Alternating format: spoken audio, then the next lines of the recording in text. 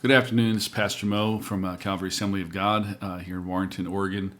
Just want to touch base with you guys on some things that have been pretty concerning to me and probably pretty concerning to you as well. There's quite a few conspiracy theories that have flown around the church and ultimately resulting in some propaganda being circulated through the church. And my main concern is that we need to be very careful with the witness that the Lord has given us. We only get one shot with most people. And if we are not being very careful to look at trusted resources instead of just pulling ideas off the internet, social media is not a good place to look for truth. I think most of us know that, but some that might be prone to fear or conspiracy theories have taken some of these fake news clips and made much ado about nothing. And I am not saying that there are not some weird things that are happening on our planet right now. Obviously, as we get closer and closer to the end of all things, we are going to see some things that we never expected to see. It's going to make a great number of people very uncomfortable. Even those that know and understand what God is about to do. We have that hope that lies within us, knowing that God has already given us the grace to know what He's about to do. But I just want to maybe give us a few ideas of how we can combat all of this fake news that is flying at us. The number one way to do that would be obviously to just not look at Facebook or Twitter or any of the places where you might receive such information. The incredibly surprising thing for me as a pastor is the great number of Christians that are being fooled by these conspiracy theories. And I think that may go back to the idea that, we know that we're coming up on the end times and we're just waiting for some of these things to start happening. But we need to make sure that we have the truth before we run with an idea or a story. So we saw, even with the election of Trump, there were a great number of stories that came out against him. There are stories come out against the other opponent, running people running for office, and so we just need to be very careful. And here we're at that area again. But I'll get to that in a minute.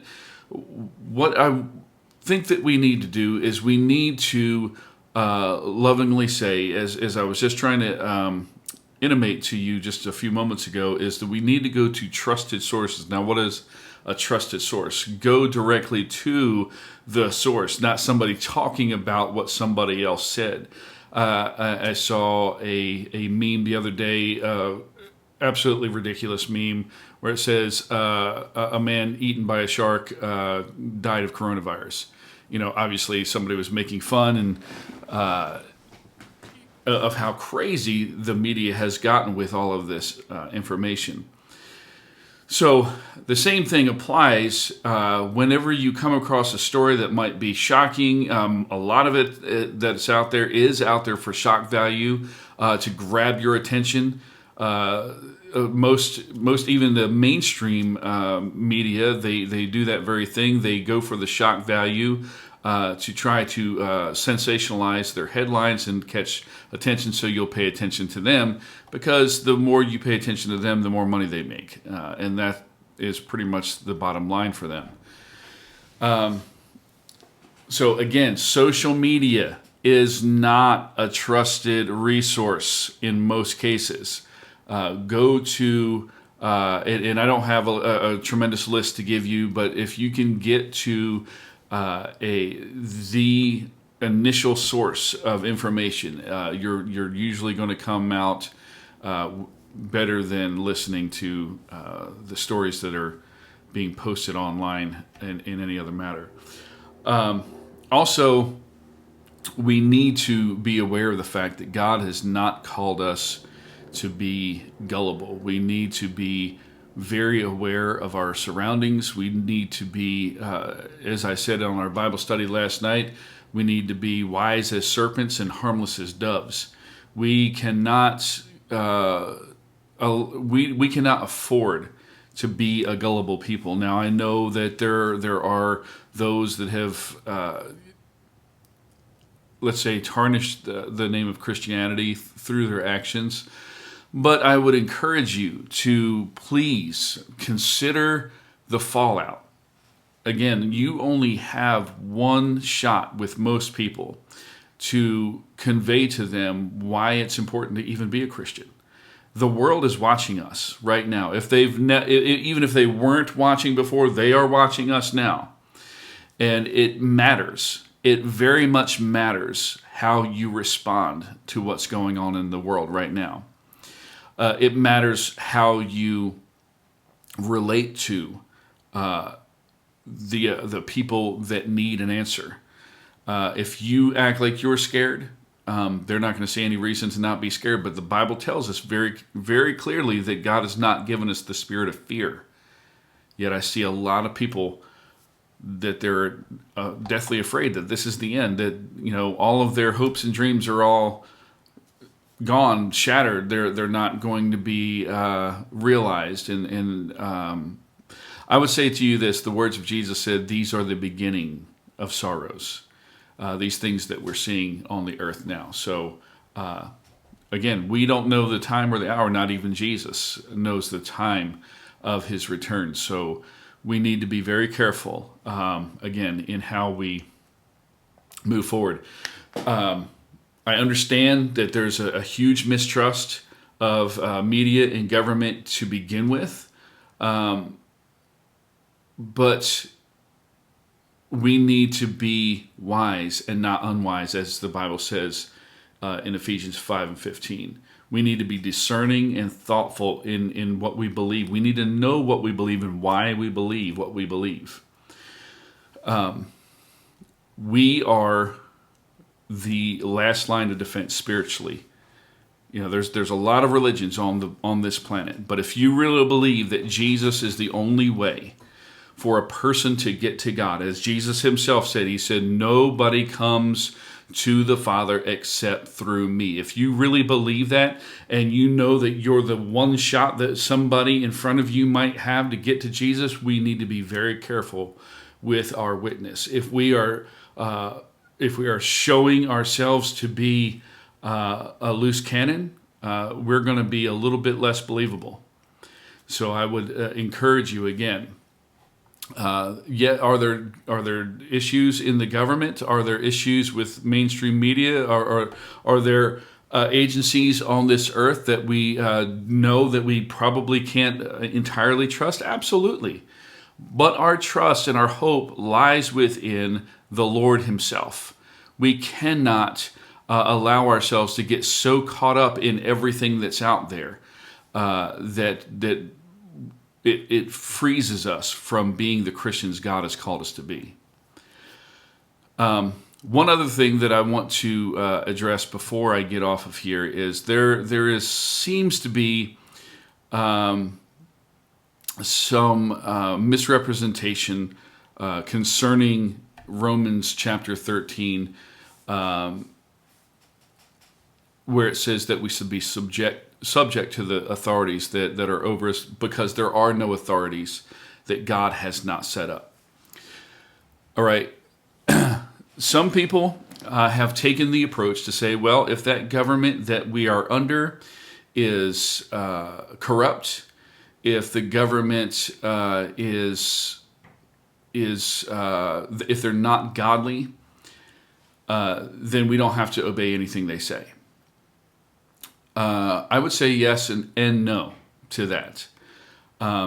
Prior to all of this that's going on right now, we were content to obey the laws of the land, but then came the shutting, especially for Christians, and I'm speaking specifically to Christians right now, that we closed down our churches when this whole coronavirus was introduced, and we became aware of what was going on.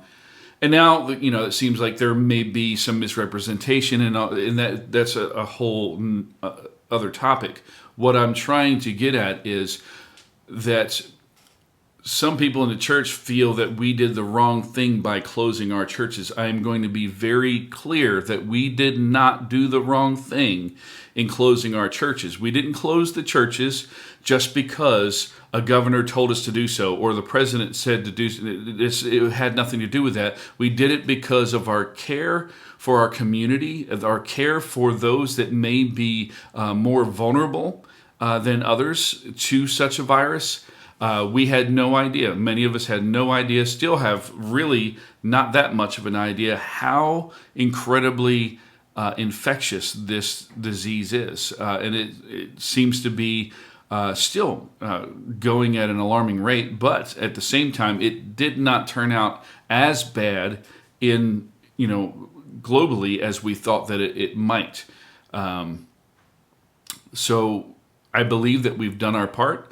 And now it's time to get back to work. If there's another spike, we may have to take other steps. But it is never the wrong thing to err on the side of caution. We did not have our religious liberties taken away. We were not told that it is illegal to be a Christian.